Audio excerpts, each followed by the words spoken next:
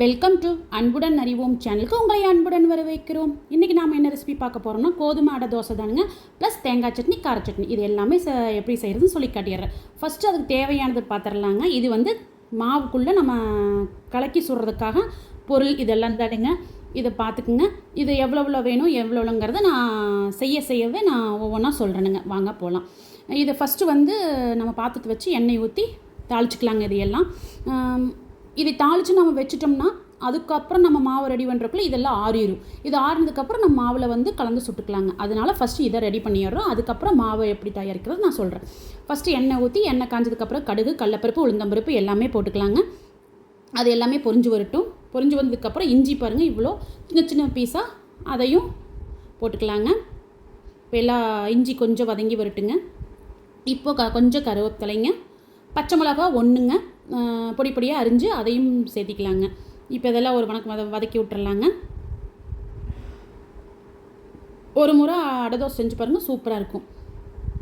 இப்போ வந்து பெரிய வெங்காயங்க சின்ன சின்னதாக அரிஞ்சு ஒரு பெரிய வெங்காயங்க. இன்றைக்கி நான் செய்கிறது வந்து 3 பேர்த்துக்கான அளவு மாவுலேருந்து எல்லாமே 3 பேர்த்துக்கான அளவு. அதாவது இந்த மாவு நான் காட்டின அளவு வந்து 8 தோசை 9 தோசை சுடலாங்க.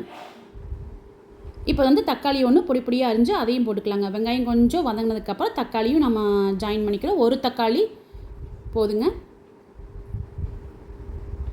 கொஞ்சம் மஞ்சத்தூள், கொஞ்சம் பெருங்காயத்தூள், அது கூட கொஞ்சம் தேங்காய் ஒரு கைப்பிடி, ஒரு டேபிள் ஸ்பூன் வருங்க. இப்போ கேரட், ஒரு சின்ன கேரட் வந்து செதறி நம்ம அதையும் போட்டுக்கிறோம். இப்போ வெங்காயம் தக்காளி ஓரளவுக்கு வந்துச்சுங்களா, அதுக்கப்புறம் அந்த கேரட் தேங்காயும் போட்டு இப்போ இதுக்கு வந்து ரொம்பலாம் உப்பு போட்டுறாதீங்க. ஏன்னா நம்ம மாவில் உப்பு கலந்துருப்போம். ஸோ அதனால் இதை லைட்டாக மட்டும் போட்டு ஒரு பெரட்டி விட்டு காய் கொஞ்சம் அந்த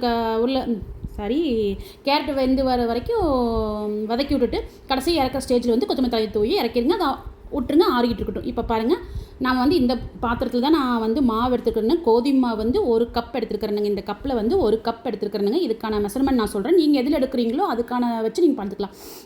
இங்கே பாருங்கள், வெள்ளை ரவை 1.5 டேபிள் ஸ்பூன், அதே மாதிரி அரிசி மாவுங்க 1.5 டேபிள் ஸ்பூன், அப்புறம் சீரகம் 1 டீஸ்பூன், உப்பு இதுக்கு மாவுக்கு தேவையான உப்பு. இப்போ இது எல்லாமே போட்டு நம்ம இந்த கப்பில் தான் நம்ம மாவு எடுத்தோம். ஸோ அதே கப்பில் 2 கப்பு தண்ணி ஊற்றி நாம் அரைச்சிட்டு வந்துடலாங்க. நீங்கள் எப்படி பண்ணலான்னா கையிலேயே கூட நீங்கள் இது பண்ணலாம். கையிலேயே வந்து கரைச்சி எடுத்துடலாம். கரைச்சி எடுக்கும்போது வந்து கொஞ்சம் கட்டியாக வரும் இல்லைங்களா, நம்ம கொஞ்சம் நேரம் கலக்கிற மாதிரி இருக்கும். உடனே வேணும் அப்படிங்கும்போது நீங்கள் ஜாரில் வச்சு ஒரு அடி அடிச்சிங்கன்னா 2 அடி அடிச்சு விட்டிங்கன்னா இந்த மாதிரி கடன்னு ரெடி ஆகிருக்கும். பாருங்கள், மாவு வந்து இந்த அளவுக்கு பதத்தில் இருக்கும். இப்போ நீங்கள் உப்பெல்லாம் செக் பண்ணிக்கோங்க. உப்பு கரெக்டாக இருந்ததுன்னா ஓகே. ஏன்னா நம்ம இந்த பாருங்க வணக்கினதுலேயும் வந்து நம்ம உப்பு போட்டிருக்கோம். ஸோ இது எல்லாம் கலக்கி விட்டுட்டு அதுக்கப்புறம் உப்பு பாருங்கள், உப்பு கரெக்டாக இருந்தால் ஓகே, இல்லைன்னா உப்பு கொஞ்சம் போட்டுக்குங்க. இப்போது அவ்வளோதாங்க, மாவு ரெடி. இப்போ இதுக்கான சட்னி 2 விதமாக பண்ணலாங்க. கார சட்னி ஒன்று, தேங்காய் சட்னி ஒன்று. வாங்க அதையும் வந்து எப்படி செய்யுது சீக்கிரம் சொல்லிடுறேன். ஃபஸ்ட்டு வந்து நம்ம கார சட்னி பார்த்துடலாங்க. பெரிய வெங்காயம் 2 பெரிய வெங்காயம் பெருசு அரிஞ்சாச்சுங்க. தக்காளி அதே மாதிரி 2ங்க பெருசு அதையும் அரிஞ்சாச்சுங்க. உப்புங்க, இந்த சட்னிக்கு தேவையான உப்புங்க, வரமிளகாய் தூளுங்க.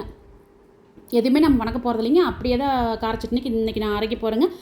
வதக்கியும் கார சட்னி கரைக்கலாங்க. அவ்வளோதான், அரைச்சாச்சு, ரெடி ஆயிடுச்சுங்க கார சட்னி. டக்குன்னு வேலையாயிடுச்சுங்க. சட்னி எல்லாமே பச்சையாக போட்டு தான் அரைச்சிருக்கிறோம். இப்போ அதுக்கான தாளிப்பு போட்டுடலாங்களா. ஃபஸ்ட்டு எண்ணெய் ஊற்றிக்கலாங்க. எண்ணெய் காஞ்சதுக்கப்புறம் கடுகு, கடலப்பருப்பு, உளுந்தம்பருப்பு,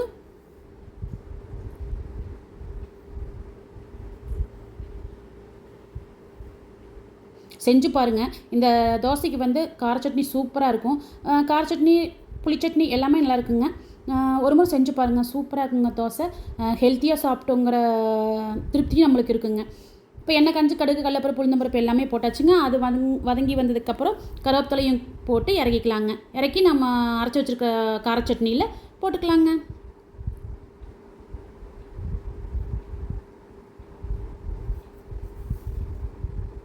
நான் சொன்ன இதில் அளவில் செஞ்சிங்கன்னா 8 தோசை 9 தோசை வருங்க. அதுக்கு தகுந்த மாதிரி நீங்கள் உங்கள் வீட்டில் எவ்வளோ நம்பர்ஸ் இருக்கீங்களோ அதுக்கு தகுந்த மாதிரி பண்ணிக்கோங்க. நீங்கள் ரவை வந்து அந்த ஒரு எதில் எடுக்கிறீங்களோ அதை எடுத்திங்கன்னா ஒரு ரவை, வெள்ளை ரவையும் நம்ம அரிசி மாவும் வந்து 1 டேபிள் ஸ்பூன் 2 டேபிள் ஸ்பூன் போதுங்க. இப்போ அடுத்தது தேங்காய் சட்னி ரெடி பண்ணிடலாங்களா? கார சட்னி ஃபினிஷ்ட்.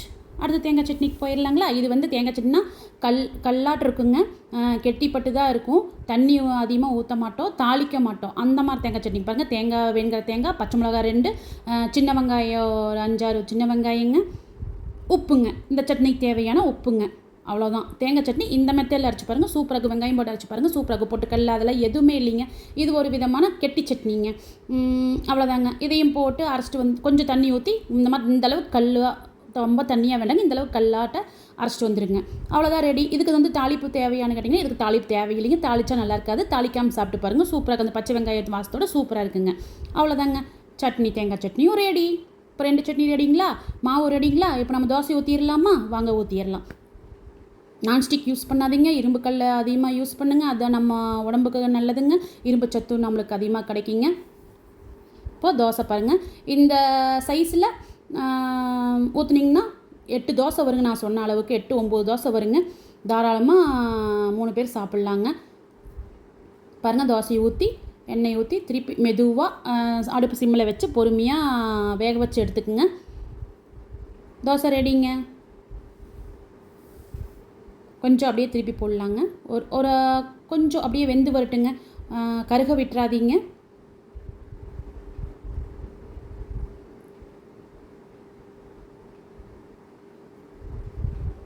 காலையில் டிஃபனுக்கும் சாப்பிட்லாங்க, நைட்டுக்கு டின்னருக்கும் சாப்பிட்லாங்க. சூப்பரான ஹெல்த்தியான ஒரு இது தானுங்க. தாராளமாக செஞ்சு பாருங்கள். டேஸ்ட்டும் பிடிக்கும், ஈஸியாக வேலையும் ஆயிருங்க.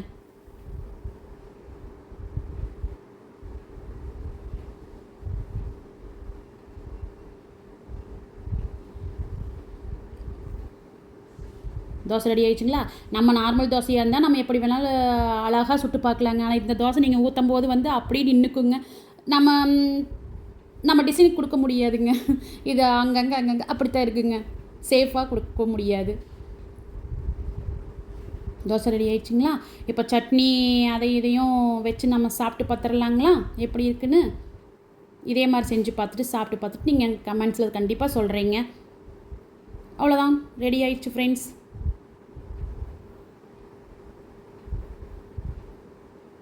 கலர்ஃபுல்லாக இருக்குதுங்களா சட்னி எல்லாம்? நீங்கள் புளி சட்னியும் வச்சுக்கலாம். கார சட்னி நீங்கள் தாளிச்சும் கூட நீங்கள் எப்படி செய்வீங்களோ அந்த மாதிரியும் செஞ்சுக்கலாம். அவ்வளோதான் ஃப்ரெண்ட்ஸ். இந்த வீடியோ பிடிச்சிருந்தா லைக் பண்ணுங்கள், ஷேர் பண்ணுங்கள், கமெண்ட் பண்ணுங்கள், மறக்காமல் சப்ஸ்கிரைப் பண்ணுங்கள். அடுத்த வீடியோவில் பார்க்கலாம்.